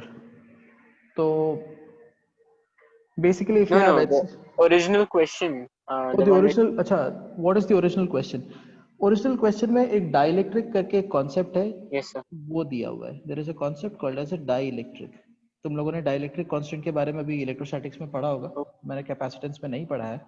तो उसमें वो ये बोलता है कि पूरे कैपेसिटर में डाइलेक्ट्रिक भरा हुआ है, and there are two different dielectrics. तो एक का dielectric constant is like epsilon 1, दूसरे का डाइलेक्ट्रिक कांस्टेंट इज एप्सिलॉन 2, और क्वेश्चन तुम्हें फिर पूछता है कि C2 by C1 कितना है। Okay. Okay, so that's a slightly different question. ये JEE Advanced का 2015 का, if you have the paper, you can see it. We'll obviously solve the question when once we are done with dielectrics. Yes, sir. Okay, अब cylindrical capacitors करते हैं. The next topic is cylindrical capacitors. So basically, just like its name suggests, cylindrical capacitor is made up of two cylinders. एक inner cylinder है और एक outer cylinder है. It's made up of two cylinders, an inner cylinder and an outer cylinder. तो a cylinder basically works like a wire. तो wire का अगर तुम लोगों को इलेक्ट्रिक फील्ड पता है लैम्डा बाई 2πε0, तो सिलेंडर का भी इलेक्ट्रिक फील्ड उतना ही होता है 2πε0r. तो this is also the electric field of a cylinder. तो सिलेंड्रिकल कैपेसिटर्स जो हैं just like a spherical capacitor, they could be only one cylinder, लेकिन नॉर्मली वैसा होता नहीं है. तो अपने पास नॉर्मली दो सिलेंडर्स होते हैं, एक का रेडियस ए है, दूसरे का रेडियस बी है, और इलेक्ट्रिक फील्ड ए से बी तक पॉइंट करता है. It points from A to B radially outwards, हर तरफ, जस्ट लाइक अ ब्रश. तो if you can imagine this thing looks just like a brush. तो इलेक्ट्रिक फील्ड हर तरफ आउटवर्ड ऐसे पॉइंट करता है, और हमें इसका कैपेसिटेंस निकालना है. What is the capacitance? तो इट टर्न्स आउट कि सिलेंडर जितना लंबा होगा हम लोग उतना सारा चार्ज स्टोर कर सकते हैं. Basically as like if you increase the length of the cylinder, if the cylinder becomes very long, then you can store a lot of charge in it. तो यहाँ पे एक कॉन्सेप्ट आता है capacitance per unit length. There is a concept called as capacitance per unit length. मतलब हम लोग इसका जो लेंथ है, इसका लेंथ हम लोग 1 मान के चलते हैं, या इसको लेंथ से हम लोग डिवाइड कर देते हैं. तो अगर इनर वाले स्फीयर पे, इनर वाले सिलेंडर पे अगर चार्ज Q है और तुम उसको लेंथ से डिवाइड कर दोगे, तो you get the concept of charge per unit length, जिसको हम लोग लिखते हैं लैम्डा. तो इलेक्ट्रिक फील्ड कितना होता है? Lambda by 2πε0r, that is the electric field. तो इलेक्ट्रिक फील्ड अगर लैम्डा बाई 2πε0r है, व्हाट इज द पोटेंशियल? तो पोटेंशियल निकालने के लिए हम लोग इंटीग्रेट करते हैं. v is equal to integration of E dot d r. कहाँ से कहाँ तक इंटीग्रेट करेंगे? ए से लेके बी तक इंटीग्रेट करेंगे. I don't want to turn the page, so what I'll do is I'll write the integration over here. So I'm just basically writing this integration over here. So v is equal to integration of e dot dr. तो e का value इतना है lambda by 2πε0r. तो अगर 1/r को हम लोग integration करते हैं लैम्डा बाई 2πε0r dr, इसका अगर हम लोग इंटीग्रेशन करेंगे a से लेके b तक, तो इसका वैल्यू आता है लैम्डा बाई 2πε0, और 1/r का इंटीग्रेशन हो जाता है log r. a से b तक जाएंगे, तो basically this r will become b divided by a. log b minus log a, तो ये हो जाएगा b divided by a. Now we can find out capacitance. तो कैपेसिटेंस बेसिकली क्या होगा? q divided by v. मैंने बताया अभी हम लोग क्या करते हैं, कैपेसिटेंस पर यूनिट लेंथ निकालते हैं. तो कैपेसिटेंस पर यूनिट लेंथ मतलब चार्ज पर यूनिट लेंथ हो जाएगा. तो ऊपर जो टर्म आएगा वो आएगा लैम्डा, और नीचे कौन सा टर्म आएगा? पोटेंशियल, जो हम लोगों ने अभी निकाला है, lambda by 2πε0 into log B by A, into log B divided by A. Lambda के साथ लैम्डा कैंसिल हो जाएगा, तो you will only be left with the term that you are seeing. मतलब इसका जो कैपेसिटेंस आएगा, the capacitance will be equal to 2πε0 divided by log B by A. This is the capacitance per unit length. मतलब अगर capacitor का length 1 है तो उसका कैपेसिटेंस उतना आएगा. This is for a cylindrical capacitor. देख लो तुम लोग इस चीज को डिराइव कर पाते हो कि नहीं. The capacitance is equal to 2πε0 divided by log b by a. Try to derive this once.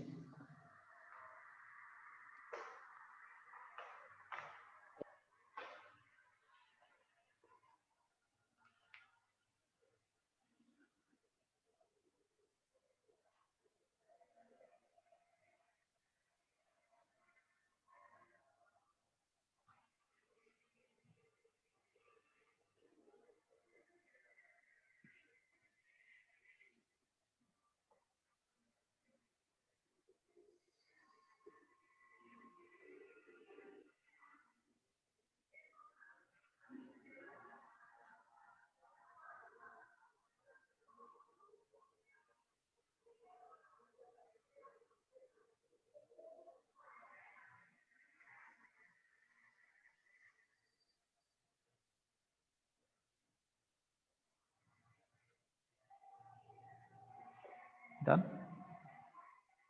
Yes, sir. इसका कैपेसिटेंस एक बार डिराइव कर लो। हमने आज की क्लास में लाइक 2-3 फॉर्मूलाज लिखे अब तक, this is the fourth one. The point of asking you to derive is, याद नहीं भी रहा तो लॉजिक लगा के तुम निकाल सकते हो एग्जाम में। इट्स काइंड ऑफ इम्पॉसिबल कि तुम्हें सब कुछ याद रहे, तो if you kind of forget, तुम्हें याद लाइक फटाक से तुम्हें चाहिए कि someone tell me the formula for cylindrical, नहीं भी याद आ रहा थोड़ा सा डेरिवेशन करके you can immediately get this thing, तो क्वेश्चन छोड़ना नहीं पड़ेगा। Yes, sir. Done. Yes, sir.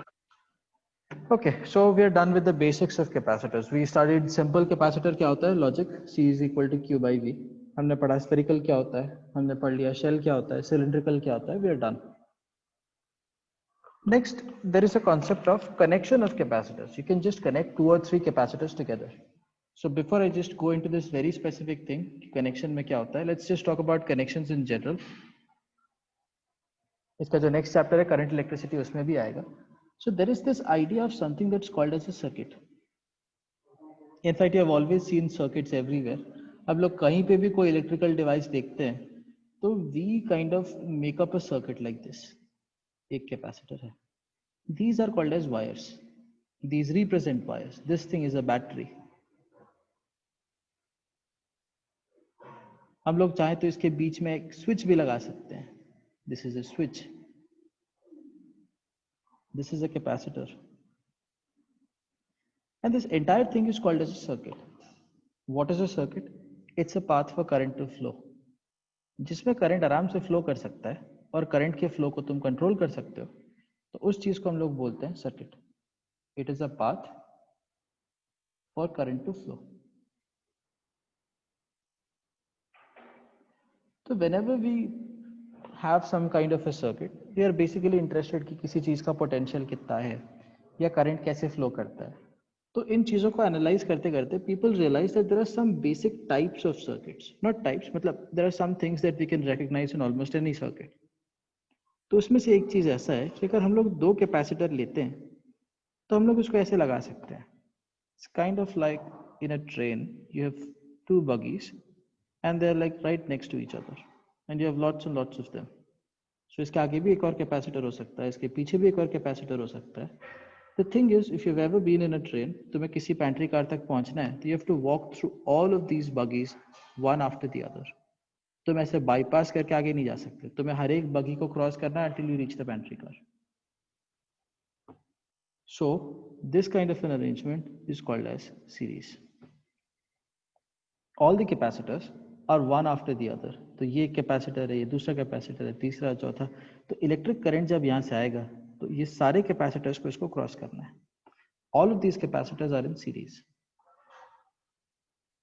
Okay. The other one is parallel. This is parallel. So if your electric current और तुम एक तरफ से आ रहे हो, तो you have an option over here. This thing is kind of like a traffic crossing.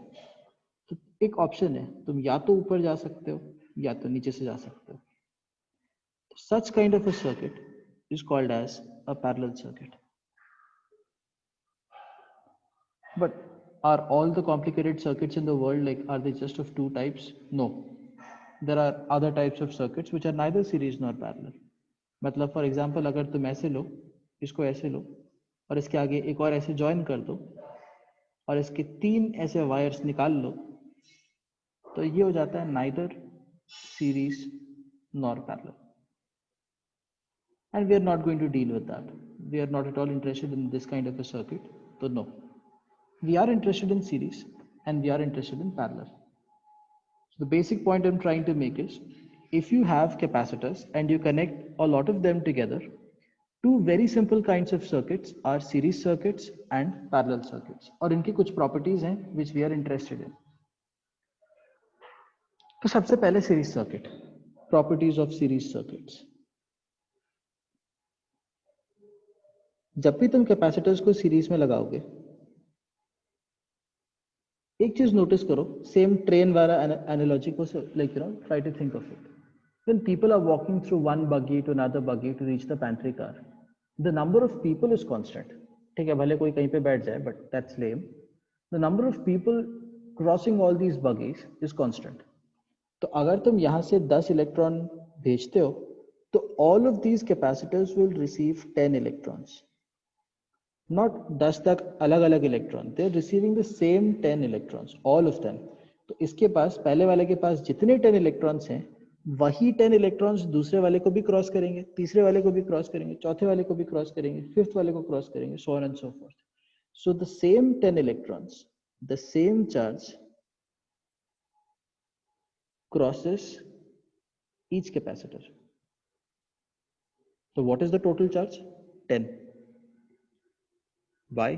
Because वही 10 electron पहले वाले को क्रॉस कर रहा है, दूसरे को क्रॉस कर रहा है, तो एडिशनल 10 इलेक्ट्रॉन नहीं है, नहीं, this is the same 10 electrons, all of them the 10 electrons are the same. How about potential? इसका पोटेंशियल अगर V है, इसका भी पोटेंशियल V है, दोनों को मिलाएंगे तो ये पोटेंशियल 2V होगा। तो यू कुड आर्ग्यू चार्ज जब सेम है तो पोटेंशियल सेम क्यों नहीं है? पोटेंशियल सेम इसलिए नहीं है because it's kind of like the distance in a train. तुम एक बगी को क्रॉस करो, दूसरा बगी क्रॉस करोगे तो डिस्टेंस ट्रैवल कितना हो गया? 2d। सेम तरीके से ये पोटेंशियल v है, दूसरे वाले का पोटेंशियल v है, तो पोटेंशियल टोटल कितना हो जाएगा? v plus v। तीसरा वाला है तो अगेन प्लस v, तो v1 v2 v3 होगा, तो ये ऐसे ऐसे ऐड होता है। तो सीरीज का बेसिक फंडामेंटल प्रॉपर्टी ये है कि in a series circuit the charge is the same charge flows through all the capacitors, and the second property is potential adds up. So what happens in series? Charge is the same and the net potential is equal to V1 plus V2 plus V3 plus V4 plus V5, ऐसे add होता है। पहुंचो यहाँ तक? We'll derive a formula for series. This is the property of a series circuit. The charge is the same in all the capacitors, the potential adds up. Circuit के दो types हैं, series and parallel. Did you see that? Series क्या होता है, parallel क्या होता है? इनको देख लो because you will require, like you know, required होता है एग्जाम में डायग्राम देख के बताना कि ये सीरीज है कि पैरेलल है। तो अगर ये ट्रेन वाला कॉन्सेप्ट लगा तो सीरीज है, वो पैरेलल वाला है तो it should look like that. ठीक है, we want a formula for series, so will derive that. Formula kind of looks like this. अगर तुम्हारे पास दो कैपेसिटर्स हैं तो we are interested in something called as equivalent capacitance. We are interested in this thing called as equivalent capacitance. Equivalent capacitance क्या होता है? एक ऐसा कैपेसिटर जो इन दोनों को रिप्लेस कर सके, सी नेट। इक्विवेलेंट, रिप्लेस का मतलब क्या है? यहाँ पे A लगा हुआ है तो यहाँ पे भी A लगा दो, यहाँ पे B लगा हुआ है तो यहाँ पे भी B लगा दो। जितना चार्ज यहाँ पे एंटर कर रहा है तो उसी सिचुएशन में यहाँ पे भी चार्ज सेम होगा, Q। तो such kind of a thing is called as equivalent. मतलब दो को हटा के अगर सी नेट को लगा दोगे तो कोई फर्क नहीं पड़ेगा सर्किट में। तो what is Q? Q is equal to CV। तो अगर हम लोग ये सेकेंड वाला केस लिखेंगे तो Q का वैल्यू कितना आएगा? C net into the potential difference across AB। और अगर तुम पहला वाला केस लिखोगे तो Q कितना आएगा? Q will be equal to C1 into the potential difference across the first capacitor, which is V1. Add नहीं होगा, it is the same as the potential, the charge stored in the second capacitor. तो ये हो जाएगा C2 into V2. In series, all capacitors have the same charge, have the same charge. तो अगर तुम बहुत सारे कैपेसिटर्स को ऐसे सीरीज में लगाओगे तो V नेट, या जो टोटल पोटेंशियल डिफरेंस होगा A और B के बीच में, वो ऐड होता है, तो ये हो जाएगा V1 प्लस V2। तो V1 का वैल्यू कितना आएगा? Q by C1। V2 का वैल्यू कितना आएगा? Q divided by C2। हाँ, तो इसको लो और यहाँ पे सब्स्टिट्यूट करो, तो we can write C net into VAB, इस वाले फॉर्मूला को ले रहे हैं और VAB का वैल्यू सब्स्टिट्यूट कर रहे हैं। तो बेसिकली VAB कितना है? VAB is equal to V1 plus V2। तो ये हो जाएगा C net into V one plus V two. What is this? This is equal to Q. ये क्यू का वैल्यू है. So we are taking this formula. तो C net into V one का value कितना है? Q by C one plus V two का value कितना है? Q by C two is equal to Q. Q cut जाएगा तो 1 बाई सी नेट. अगर मैं सी नेट को भी उधर ले जाऊं तो 1 by C net is equal to 1 by C one plus 1 by C two. This is the formula for series connection. अगर कैपेसिटर्स को हमने सीरीज में कनेक्ट किया तो नेट कैपेसिटेंस हम लोग ऐसे निकालते हैं. नेट को तो अभी छोड़ दो. तुम्हें इक्विवेलेंट समझ में आया क्या? What is equivalent? अगर 3-4 कैपेसिटर्स हैं, उनके जगह पर तुम एक कैपेसिटर लगाओगे और किसी को कोई फर्क नहीं पड़ेगा, तो उस एक कैपेसिटर को हम लोग बोलते हैं equivalent capacitor. Okay. Yes, sir. ठीक है. तो इक्विवेलेंट को हम लोग सीरीज में ऐसे निकालते हैं. Try to go through the derivation. हो सकता है तुम्हें नहीं समझ में आए, please ask. See the derivation हमने कैसे कैसे सॉल्व किया. सबसे पहले what I did was I said Q is equal to C V. और ये चीज मैंने लगाया सेकंड वाले केस में जहाँ पे एक ही कैपेसिटर है, क्योंकि ये आसान है. तो यहाँ पे मैंने लिखा है सी नेट और ए और बी, तो ये हो गया सी नेट इंटू ए बी. फिर मैं गया फर्स्ट वाले केस में. तो यहाँ पे ये लॉजिक लगता है कि in series connection her capacitor के पास सेम चार्ज होता है. तो ये हो गया सी वन वी वन और दूसरे कैपेसिटर में ये हो गया सी टू वी टू. ये सब सेम है. तो यहाँ से ये मिला कि वी वन का वैल्यू जो है वो क्यू बाई सी वन है. V2 का जो वैल्यू है वो Q बाई सी टू है. हमें V1 V2 क्यों चाहिए? इसलिए चाहिए क्योंकि जब तुम सीरीज में लेते हो तब पोटेंशियल ऐड होता है. Potential adds up. तो V is equal to V one plus V two. तो V1 का वैल्यू आया Q by C one, V2 का वैल्यू आया Q बाई सी टू. और फिर हम लोग इसको लेके फर्स्ट वाले फॉर्मूला में सब्स्टिट्यूट करते हैं, which is done over here. So you try the derivation on your own and then will proceed.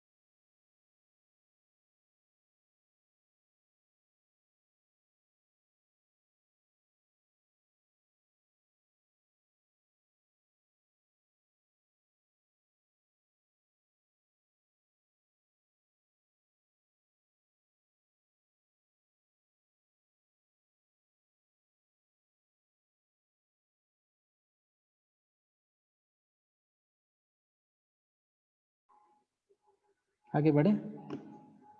Done. Yes, sir. Yes, sir. Okay, so parallel, the last thing today, parallel connection.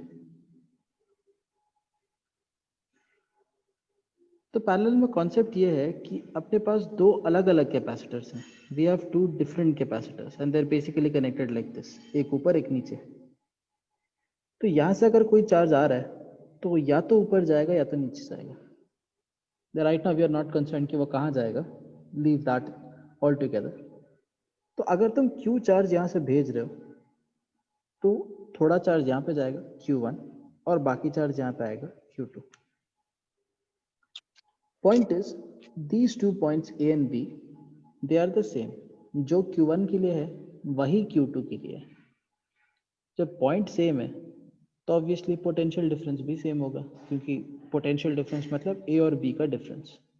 तो A और B का difference जितना भी है V है, तो वो V ऊपर भी लगेगा, वही सेम V नीचे भी लगेगा, because these capacitors are connected to the same point.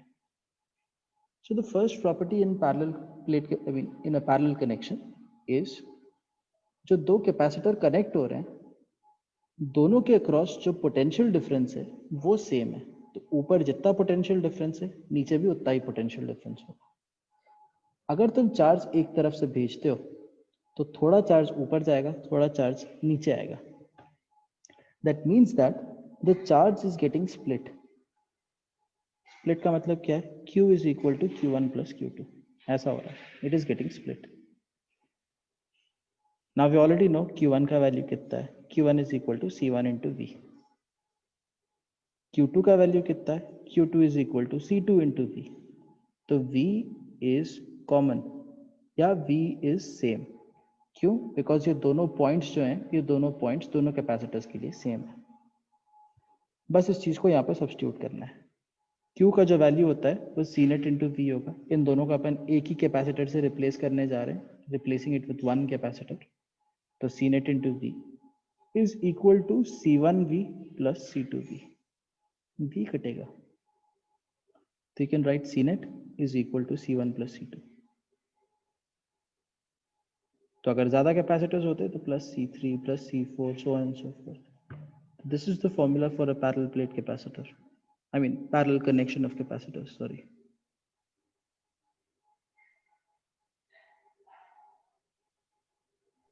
Yes, sir. I think till here is a decent amount of load for a single class. How long are your classes usually? तुम लोग की classes usually कितने duration के होते हैं? Depends on the subject. Maths 2 hours, chemistry 1.5 hours. और physics? Physics also depends um, on the chapter. If it's optics, then 2 hours. I think Suraj was saying something. I didn't catch that. I'm seeing your names here from the board. I He didn't know said you it. actually. He said it's mostly 2 hours. It's mostly 2 hours. So you're accustomed to handling 2 hours. I was wondering like how you tolerating me for 2 hours. But खैर ठीक No, है. no, sir. This is You're teaching very quite well, a lot sir. of. Okay, thank you.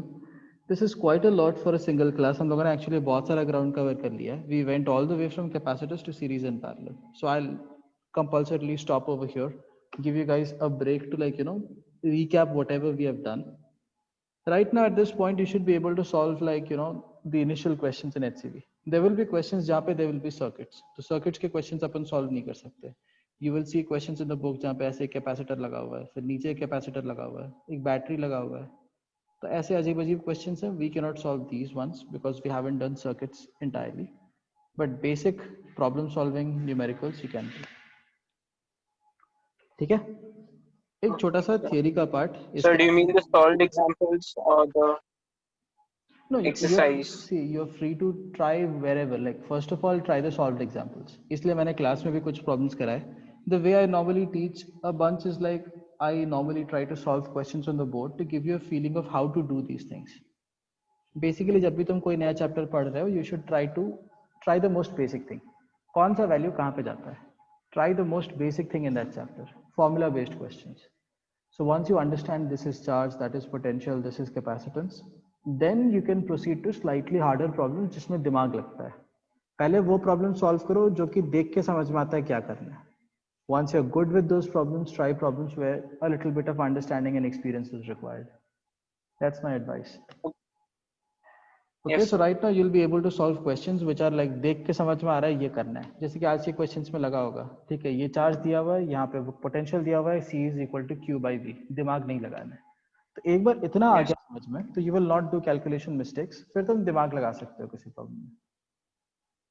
So you should be able to solve very simple questions today, और you can try, पहले solve examples एक बार देखो, फिर exercise में जो questions बन रहे हैं हाथ पाँव मारो, देखो कितना सॉल्व कर पाते हो। Since there is around like 15 more minutes remaining, we might as well just write another last thing. We'll actually discuss this in the next class. There is an idea called as energy, which I started with. Capacitor में energy store होता है. So the energy stored in a capacitor is half CV square. I'll prove this in the next class. ऐसा क्यों होता है? But the energy in a capacitor is half CV square. There are a lot of ways to prove this. We'll try it in the next class. Basically इसके अलग अलग forms को आज देखते हैं। तो C is equal to Q by V होता है।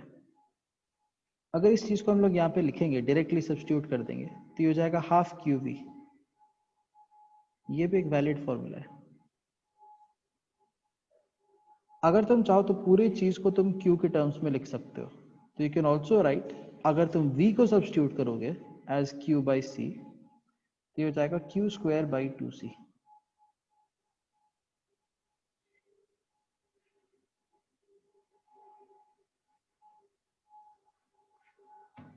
So the energy in a capacitor is half CV square.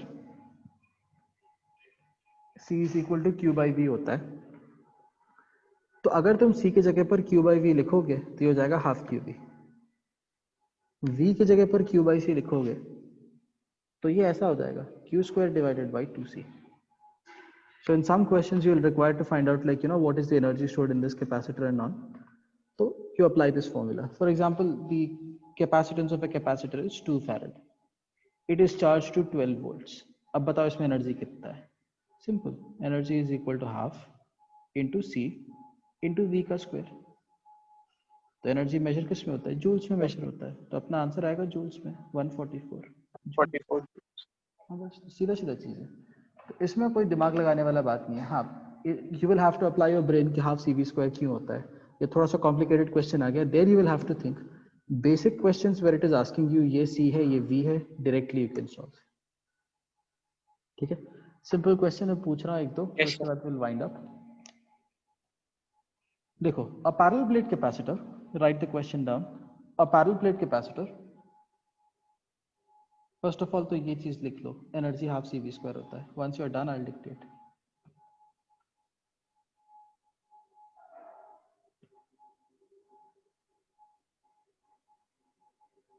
Yes, sir. We're done. A parallel plate capacitor has a plate area of 25 centimeter square. A parallel plate capacitor has a plate area of 25 centimeter square. The Yes, plate sir. separation is 1 millimeter. मैंने अभी बताया था थोड़ी देर पहले इन words का मतलब क्या होता है। प्लेट एरिया मतलब प्लेट का एरिया, और सेपरेशन मतलब दोनों प्लेट्स के बीच का डिस्टेंस। तो epsilon zero A by D, Yes, sir. So A ऊपर आता है डी नीचे आता है, C is equal to epsilon zero A by D. तो ए ऊपर आता है, डी नीचे आएगा। तो ऐसा एक कैपेसिटर है, it is charge to a potential of 6 volts.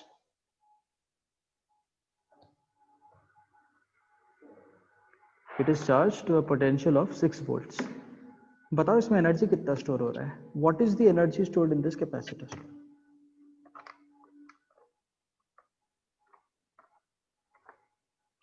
अगर मैं कैपेसिटेंस बता देता तुम लोग हाफ सी वी स्क्वायर करके तुरंत बता देते, लेकिन क्वेश्चंस बेसिक लेवल में ऐसे आते हैं, M H C T and all, they ask you these kind of questions. तो इसमें सी पहले निकालोगे, उसके बाद आंसर आएगा।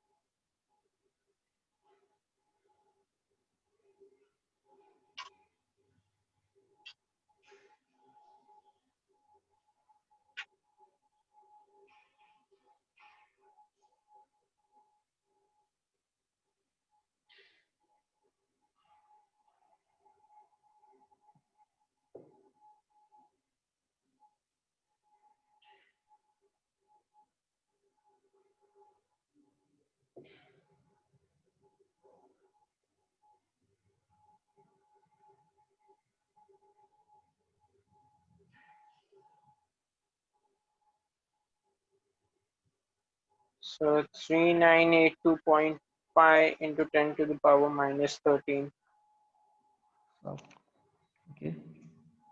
joules. Right. Yes. Half C epsilon 0 A 25 centimeter square है 10 to the power minus 4 divided by D 1 millimeter है 10 to the power minus 3 और V का स्क्वायर तो पोटेंशियल है 6 वोल्ट तो ये हो जाएगा 36 तो 2 into 18 36 हो जाएगा you did a good job multiplying this तो ये हो जाएगा 8.85 into 10 to the power minus 12 -4 -3 कटेगा तो 10 to the power minus 1 बचेगा into 25 into 10 to the power minus 1 into 18. So yeah, it should be that much, around 3600 3700 something. Yes, that's how it is done. ठीक है, तो that's Yes, it, sir. people. By the next class, I'll figure out a way to send you all these slides. Sure, I sir. think you guys can actually download the presentation, right? You should have something onto the top of your screen saying that you can download it. Can you? No, sir. Okay. We cannot download it, but if you could ask us from the next class to take the screenshot or the notes, then we could do that. You could, you're more than free to do it. This is not copyrighted content. Come on. You can obviously take the screenshot of everything. मैं next class में PDF भी provide कर दूंगा इस चीज का. I'll also try to Yes, sir. provide you some questions. तुम्हारे पास अगर HCV है, all the guys present here today, do you guys have an HCV with all of you? तुम लोगों के पास कौन सा book है मेरे को ये बताओ. Sir, HCV, सूरज का NCRT, errorless. शाबाश, बहुत सारे books लेके He बैठे said हो. errorless, sir. You don't need so many books, man. Like 2 books are like more than enough. HCV है सबके पास? And I do, yes, sir. And I do have an online copy of SS Float-Off. Oh my God, that's like very hard. अपन वहां तक नहीं जाते हैं. HCV हाँ HCV errorless तक जाते हैं फिर उसके बाद we'll see. Okay guys, see you in the next class. Pranav, hi from my side. Thank you. Pranav hasn't said a hi yet.